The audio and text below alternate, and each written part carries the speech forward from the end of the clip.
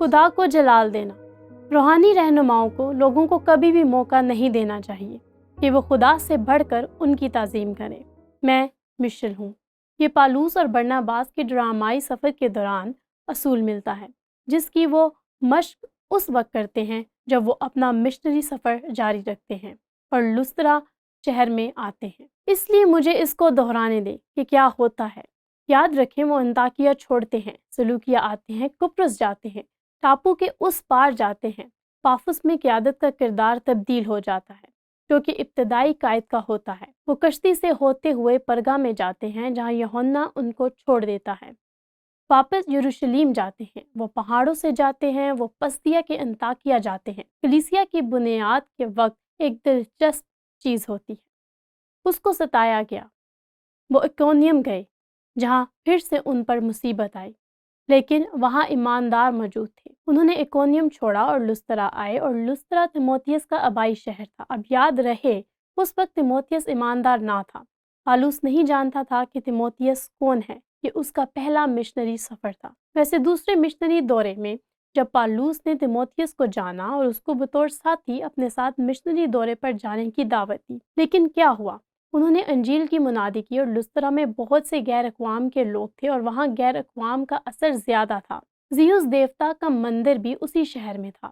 ایک بنیادی طور پر کیا ہوتا ہے کہ خدا نے پالوس رسول کو طاقت دی کہ عجیب کام سر انجام دے، اور وہاں ایک جنم کے لنگڑے کو شفا ہوئی۔ اور جب انہوں نے یہ دیکھا تو خدا کی بجائے پالوس رسول اور برناباس کی تعظیم شروع کر دی کہ اس نے یہ سب کیا۔ اور غور کریں اعمال 14 باب 11 آیت میں کیا لکھا ہے۔ لوگوں نے پالوس کا یہ کام دیکھ کر لوکاؤنیا کی بولی میں بلند آواز سے کہا، آدمیوں کی صورت میں دیوتا اتر کر ہمارے پاس آئے ہیں۔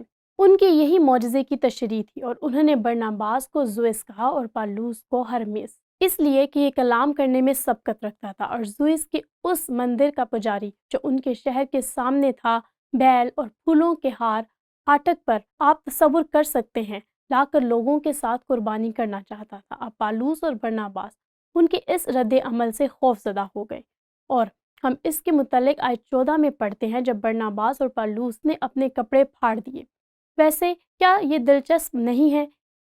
یہاں پر ایک بار پھر سے پالوس اور برناباس میں ہمیں اس کی ایک کیسے تشریح کرنی ہے۔ میرے خیال میں جو کچھ ہو رہا تھا اس کا مرکز پالوس تھا، اور برناباس اس وقت پالوس کی حفاظت کے لیے جائے وقوع پر پہنچ گیا۔ جب برناباس اور پالوس رسول نے یہ سنا تو اپنے کپڑے پھاڑ کر لوگوں میں جا کودے اور پکار کر کہنے لگے کہ اے لوگو، تم یہ کیا کرتے ہو؟ ہم بھی تمہارے ہم طبیعت انسان ہیں اور تمہیں خوشخبری سناتے ہیں تاکہ ان باطن چیزوں سے کنارہ کر کے اس زندہ خدا کی طرف پھرو جس نے آسمان اور زمین اور سمندر اور جو کچھ ان میں ہے پیدا کیا۔ وہ اس لیے حیران تھے کیونکہ وہ چاہتے تھے کہ خدا کے نام کو جلال ملے، نہ کہ ان کو۔ یہ ایک زبردست مثال ہے، اور ویسے یہ بالکل اس وقت جیسی ہے جب پطرس اور یوحنا ہیکل میں ایک شخص کو شفا دیتے ہیں۔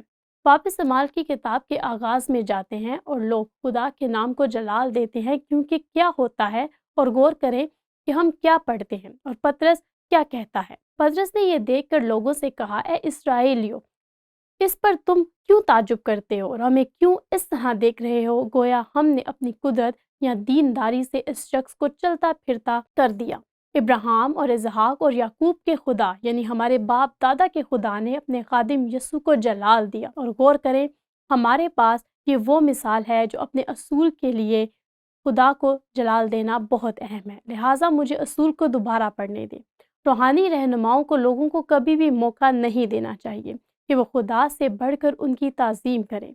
اب اس کا یہ ہرگز مطلب نہیں ہے کہ ہمیں ایک دوسرے کا احترام نہیں کرنا چاہیے۔ دراصل پالوس کہتا ہے کہ ہمیں ایک دوسرے کا احترام کرنا چاہیے۔ یہاں پر ایک اور دلچسپ توازن ہے۔ مثال کے طور پر رومیو 12:10 میں برادرانہ محبت سے آپس میں ایک دوسرے کو پیار کرو۔ اس کا کیا مطلب ہے؟ خیر، ایک طریقہ ہے جو ہم کرتے ہیں۔ عزت کے روح سے ایک دوسرے کو بہتر سمجھو، یا کسی اور ترجمہ میں ایسے ہے کہ خود سے زیادہ ایک دوسرے کو عزت دو۔ میرے خیال میں پالوس ہماری اس چیز کو سمجھنے میں مدد کرتا ہے جو وہ فلپیوں کے نام خط باب 2 میں لکھتا ہے اور کہتا ہے، ہر ایک اپنے ہی احوال پر نہیں بلکہ ہر ایک دوسرے کے احوال پر بھی نظر رکھے۔ دوسرے لفظوں میں ہمیں ایک دوسرے کا بھی احترام کرنا ہے۔ یہ خدا کی مرضی کی حکم عدولی نہیں ہے۔ دراصل یہ خدا کی مرضی کے مطابق چلنا ہے، لیکن اس بیان میں پالوس یہ بھی نہیں کہہ رہا کہ ہم خدا سے زیادہ لوگوں کو عزیز رکھنا ہے۔ ہمیں دوسروں کا احترام کرنا ہے کیونکہ ہم مسیح میں ہیں۔ مسیح کا بدن ہوتے ہوئے ساری عزت اور جلال ہمارے تعلقات کے وسیلے سے خدا کے نام کو ملنا چاہیے۔ میرے خیال میں یسوع حقیقت میں اس بات کو سمجھنے میں ہماری مدد کرتا ہے جب وہ دو بہت بڑے حکم دیتا ہے۔ ایک شخص اس کے پاس آتا ہے اور سوال پوچھتا ہے، اے استاد، توریت میں کون سا حکم بڑا ہے؟ اس نے اس سے کہا کہ خداوند اپنے خدا سے اپنے سارے دل اور اپنی ساری جان اور اپنی ساری عقل سے محبت رکھ۔ یہ اولین ترجیح ہے کہ خدا کو پہلا درجہ دینا، نہ کہ صرف تکنیکی پہلو سے بلکہ حقیقت میں اس مثال کے ذریعے جیسے پولس اور برناباس نے یا پطرس اور یوحنا نے۔ لیکن جب یسوع نے کہا پہلا بڑا اور پہلا حکم یہی ہے، لیکن وہ کہتا ہے اور دوسرا اس کی مانند یہ ہے کہ اپنے پڑوسی سے اپنے برابر محبت رکھ۔ دوسرے لفظوں میں ہمارا خدا کے ساتھ اس کو جلال دینے میں ایک خاص تعلق ہے، لیکن ہمارے پاس ایک اور بھی شناخت ہے کیونکہ ہم خدا کی شبیہ پر ہیں۔ اس لیے خدا نہیں چاہتا کہ ہم خود کو کم تر سمجھیں، لیکن وہ یہ بھی نہیں چاہتا کہ ہم خود کو خدا سے بڑھ کر جلال دیں۔ لیکن خدا ہماری مدد کرتا ہے تاکہ ہم اس کی مشق کریں جو وہ یہاں کہتا ہے۔ غور کریں، یسوع نے کہا انہی دو حکموں پر تمام توریت اور انبیاء کے صحیفوں کا مدار ہے۔ اس لیے یہاں پر غور و فکر اور عملی اطلاق کے لیے ایک سوال ہے کہ ہمیں اس اصول کو اپنی زندگی میں اپنانا ہے۔ آج کچھ روحانی پیشواؤں نے کن مخصوص طریقوں سے خداوند یسوع مسیح کے فروتن نمائندے بننے کے لیے اعلیٰ اور آسمانی بلاہٹ کا غلط استعمال کیا ہے۔ اب میں گمراہ انسانیت کے بارے میں بات کر رہی ہوں، میں سچی انسانیت کے بارے میں بات کر رہی ہوں۔ میرے خیال میں جیسے ہم مسیحی رہنماؤں کو دیکھ چکے ہیں، ہم سب نے اس حکم عدولی کو اپنی زندگیوں میں تجربہ کیا ہے۔ ہمیں کیوں یہ حیران کرنا چاہیے کہ لوگ اس اصول کی حکم عدولی کریں؟ ٹھیک ہے، سب سے پہلے میں صرف یہ کہوں گی کہ آپ کے زیادہ تر مذہبی بدعتیں جو مسیحیت کے خلاف تھیں، حقیقی مسیحیت سے تعلق رکھتے ہیں۔ یہ بنیاد ایسے افراد نے رکھی تھی جنہوں نے اپنے آپ کو خدا سے بلند کیا اور حقیقت میں دعویٰ کیا کہ ان کے پاس خدا کی طرف سے ایک پیغام تھا جو بائبل کے پیغام سے بڑا تھا۔ اور آپ فرقے کے بعد فرقہ دیکھیں گے اور آپ دیکھیں گے کہ ان رہنماؤں نے اس اصول کی خلاف ورزی کی جس کا ہم نے خاکہ لیا اور جس کی ہم نے پالوس اور برناباس کی زندگی میں مثال کو لیا، لیکن ہم نے اس اصول کو نمایاں مسیحی رہنماؤں میں بھی دیکھا جو کہ روحانی قیادت کرتے ہیں۔ دراصل بہت سے ایسے روحانی رہنما ہیں جنہوں نے اس کو ہونے دیا اور حتیٰ کہ اس چیز کی حوصلہ افزائی بھی کی۔ وہ ان کو رستے پر چلنے کے لیے لاتے ہیں اور خدا سے بڑھ کر عزت کرنے دیتے ہیں، اور خدا اس چیز سے خوش نہیں ہوتا، اور اس کی بنیاد روحانی قائدین کے درمیان چلاکی بھی ہوتی ہے۔ اس لیے ہم روحانی پیشوا کہتے ہیں لوگوں کو اس چیز کے اشارے دینا کہ ان کو ان کی پوجا کرنی، عزت کرنی، مدد ان طریقوں سے کرنی چاہیے جن سے خدا کی مرضی کی خلاف ورزی ہوتی ہے۔ ایک بار پھر یہی کہوں گی کہ ہمیں ان کی عزت کرنی ہے جو حقیقت میں اس چیز سے مستحق ہیں۔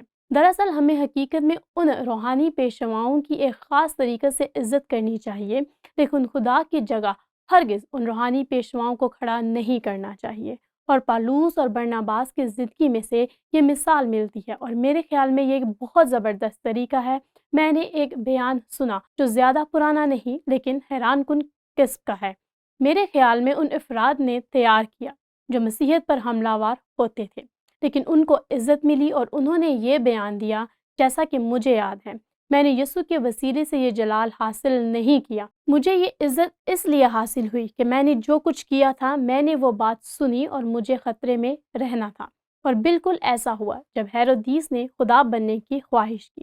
اس لیے یہ ذہن نشین کر لیں کہ بہت سے ایسے لوگ تھے اور اس لیے ان کو روحانی پیشوا کہا گیا جنہوں نے اس اصول کی خلاف ورزی کی۔ ان پر زیادہ رد عمل نہ کریں بلکہ اسے سمجھے کہ پالوس نے کیا کہا جب اس نے تیموتھیوس کو خط لکھا کہ آخر زمانہ میں ایسی چیزیں ہوں گی، لیکن یہ جان رکھ کہ آخر زمانہ میں برے دن آئیں گے۔ ویسے اس نے 2000 سال پہلے یہ بات تحریر کی۔ اگر یہ اس وقت کی بات تھی تو آج کیا ہے؟ طبعی محبت سے خالی۔ بہت خوب۔